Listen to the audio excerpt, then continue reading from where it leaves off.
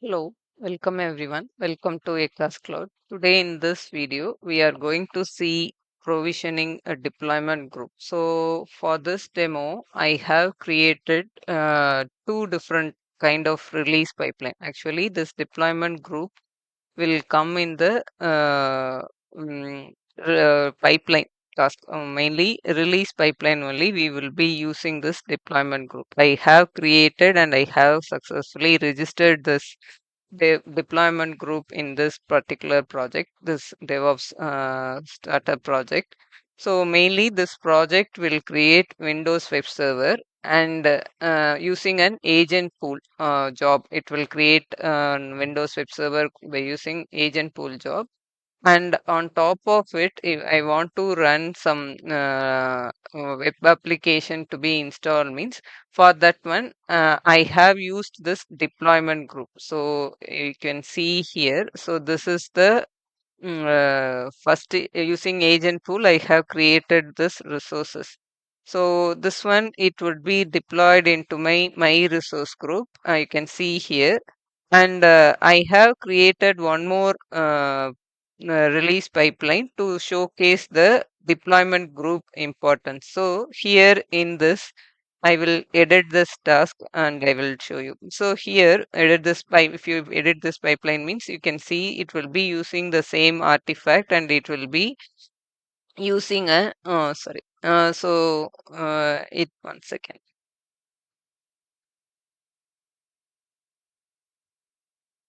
So here, this one, edit this pipeline. If you go to this pipeline, so it would be consuming an deployment group to update the agent machine, the target machine. It would be using the deployment group. So why we are using this deployment group? Suppose if in the release processes, suppose we will be creating multiple stages, dev, test, and production stages means so if you want to deploy some release definitions and or deployment process to be deployed in 10 machines means so we will be first it would be for the first dev environment we will be deploying this one for 40 definitions we will be doing. And if you want to make the same definitions to be included in your test and stage environment means so for that case, we have to definitely rely on this deployment group. So deployment group, it will allocate and manage resources without error. So to conclude, that the in Azure release definition, it would be that a job will be running on different method like agent job or agentless job or deployment group. The particularly the agent job, this agent job here, I have used this agent job. So that mission will trigger the job. That's it. It will do. So it will create resources means it will create the job. It will trigger the job. But here this deployment group means where the jobs to be executed that would be taken care by this deployment group. So that is what you can compare with this with environment also, that is totally different. So environment means where is your target machines, but this deployment group means so where is your actual deployment process has to happen and that to be executed in different stages also it has to continue without any uh, in manual intervention like that. It has to be an automated process. For that one only, we are relying on this deployment group. For this demo, what I have done, no, so I have created all resources, everything. So since it is taking time, releases and each releases it is taking time. So I have created two different pipeline. One for that which uses agent job. So for this one, I have used my resource group, and for deployment group, I have used another resource group. So in my deployment group details also, I have mentioned. So that is, if you show in my Azure portal means, so this one for deploying my creating my resources for this one. So all my resources will be deployed here, and I have used another resource group. So this another resource group. Here also the same VM details will be deployed. Only difference is here the I have used one web application deployment, that one I have added. So that would be consumed by the deployment agent. So here only one task will be completed, but when I am using this deployment group means, so both resource creation along with that web app consumption, web app deployment also it will be done. So if I want to make it to another stages also, that would be very easy to accommodate these processes. So here for the first pipeline, so this release pipeline, it create all my resources. If the my resource group where I deployed my resources, here if I go to this resource and if I using the ARM template only, I have created this one. So that ARM template, uh, one second, I have not shown that ARM template. So here in the repo, I will show you this. There are two folders I have, one for deploying my Windows Web VM with IAS server with custom extension. You can see all the necessary, including web server, like everything it will be using here. So custom extensions to include this application insight, that one we can see here, and all necessary information to create that VM, it is included here. And one more application that uses web .NET web application. So here it will use the simple .NET application I have used in my repo.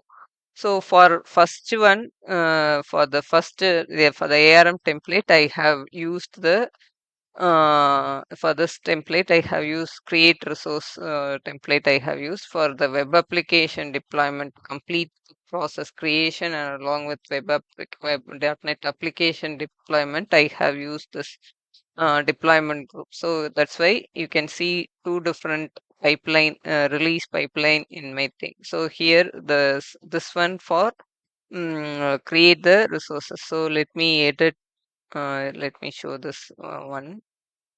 If I here go to this pipeline means, we can see one job for creating resources. This is running on agent machine, so it uses Windows latest machine, and here it will create, and it will use my resource group, it will use. And also here also I have mentioned that VM details, and also I have mentioned that deployment group detail also I have mentioned. So if you go and see the releases means, so if you go to that log information means, so we can see here. So first it will create the template, VM template. It would be deployed here. Windows VM template. It will be successfully deployed, and at the final stage, it would be consuming the deployment group agent also. It would be consuming. So next I have used so far, so that this my if I go to my resource group means, so this particular my resource group VM means, so if I copy and paste this one means, so it will show the Windows web server only. Same, if I run this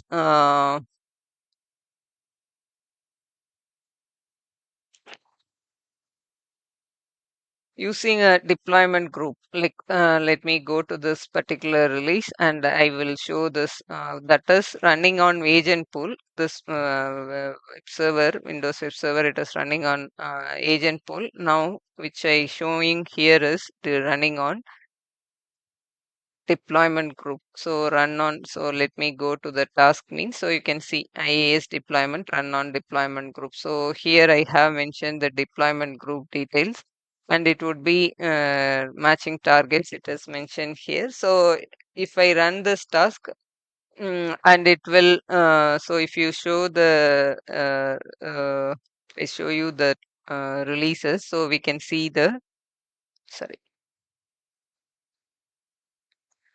So if you go to this,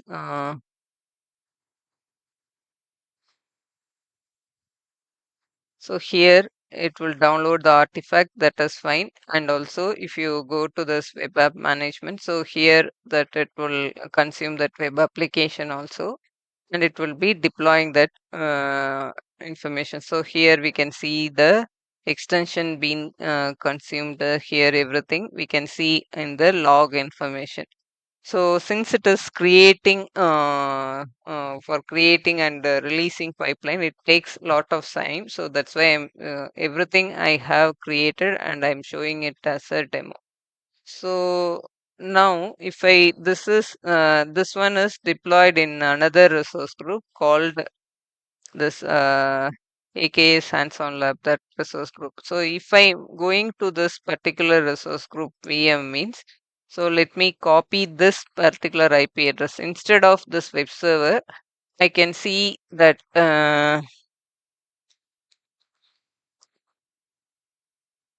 .NET project has been installed into this particular web server Windows machine. It has been installed. So this is the difference. So I, since I have used one single stage only, one stage one only I have used. If I'm having multiple stages means, so this same process would be continued. So that would, the deployment group, it would not just to trigger the job. So it would be deploying on the application would be consumed on the multiple target environment also. It would be consumed. So that is the main importance or difference between this agent pool and deployment group. So hope this is useful to you. So to cut short the timing, I have shown as everything readily available resources. That way only I have shown. Uh, so let us see the other concept in Azure DevOps pipeline in our upcoming video. Thanks for watching.